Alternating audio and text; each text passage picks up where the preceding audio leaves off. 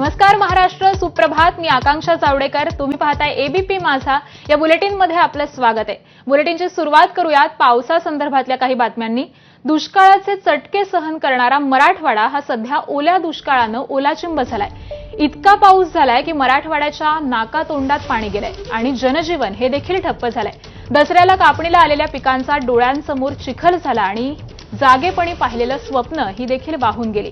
ज्या काळ्या आईनं आजवर भूक भागवली ती माती देखील या पावसानं खरडून गेली. धाराशिव, बीड, जालन्यात पावसाचं थैमान हे देखील पाहायला मिळतंय.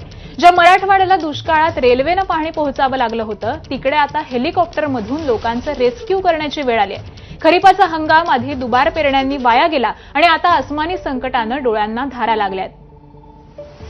कोट्यावधी रुपये खर्चून बहिणींना लाडकी करायचा घाट घालणाऱ्या सरकारला बळीराजाची ही व्यथा दिसेल का? बळीराजा लाडका व्हावा यासाठी कोणती व्यवस्था आपलं सरकार उभं करू शकणार आहे? मोडून पडला संसार तरी मोडला नाही कणा असं म्हणत इथला प्रत्येक जण चिवटपणे जगतोय. पण सरकारला आता केवळ पाठीवर हात ठेवून लढ म्हणता येणार नाही आणि ओला दुष्काळ जाहीर करून सढळ मदत देण्याचं कर्तव्य हे सरकारला नाकारता येणार नाहीच.